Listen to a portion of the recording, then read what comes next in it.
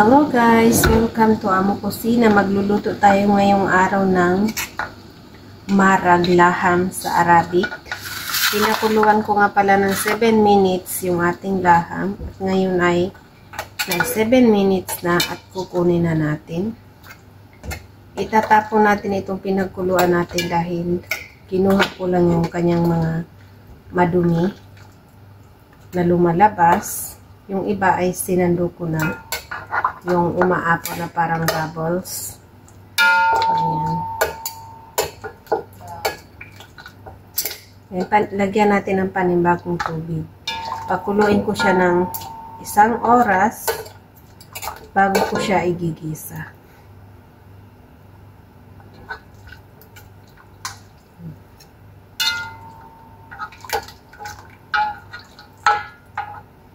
Ibalik na natin uli yung ating laham sa ating kaldero. Pero bago ko yan binalik guys, yung ating kaldero ay hinugasan ko muna uli ng mabuti para mawala yung lansa ng laham. Ilagyan natin ng mga sibuyas, yung aking nilagay dito, carrots, luya at bawang para sa ating boiling. Yung mga Arabic sin na pag nilalagay pag pakulo, next day, pakuluin natin ng 1 oras bago natin ilagay. Pagkatapos ng itong 1 oras, ito na yung ating laham na ihango ko na siya. Ngayon, gigisahin na naman natin yung ating sibuyas. Maglagay tayo ng konting asin sa ating sibuyas para mas madali lalabo ang ating sibuyas. So, gigisahin natin muna siya na walang mantika kasi ang gusto niya ay yung sibuyas malambot at saka brown. Sa pag-brown ng sibuyas, sa paggawa ng para mag-brown yung ating sibuyas, kailangan yung ating apoy ay malaki. Tapos lagi natin siya haluin para hindi masusunog yung ating sibuyas para lalabas yung kanyang katas. Dahil kapag hindi natin siya haluin yung ating sibuyas,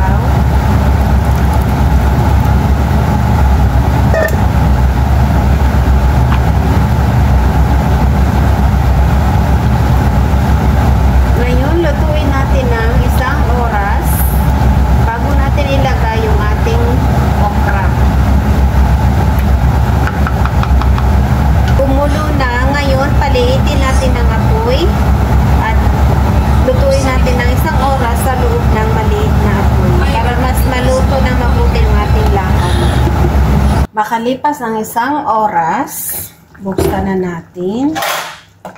Haluin. So, luto na yung ating laham dahil 2 oras at kalahati ko na siya niluto. Lagyan na natin ng asin. 1 teaspoon asin. At ilagay na natin yung lemon black. Ilagay na natin yung ating baby okra. Yung aking okra nga pala na ginamit ko dito ay 2 balot.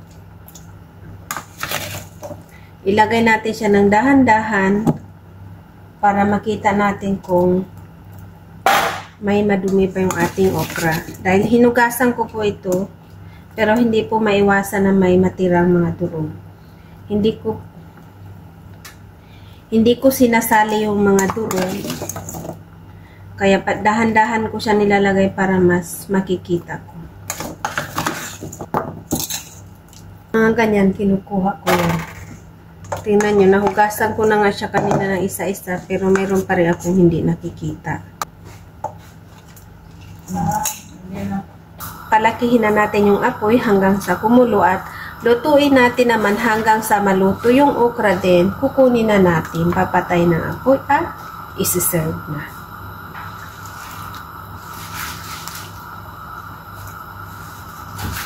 Mamaya na natin tikman kapag kumulo na dahil yun ay tunaw na yung ating asin. Takpan natin uli hanggang sa kumulo. Tingnan natin kung luto na ba yung ating marag. Pinalaki ko na siya ang apoy dahil pinapaluto ko lang yung okra. Siyempre, tikman natin kung okay na ba yung kanyang asin. Tingnan nyo guys, hindi ko yan hinahalo-halo talaga sa loob ng ganyan para hindi madurog yung ating laham. Kasi yung ating laham ay lutong-luto na dahil 3 oras na siya niluto. Masarap na. At luto na yung ating marag. Ngayon, papatayin na natin yung apoy. So, ito guys, yung aking lutong version sa Arabic dish marag. Salamat sa panonood. Sana nagustuhan nyo. Thank you for watching and follow me more and subscribe my YouTube channel.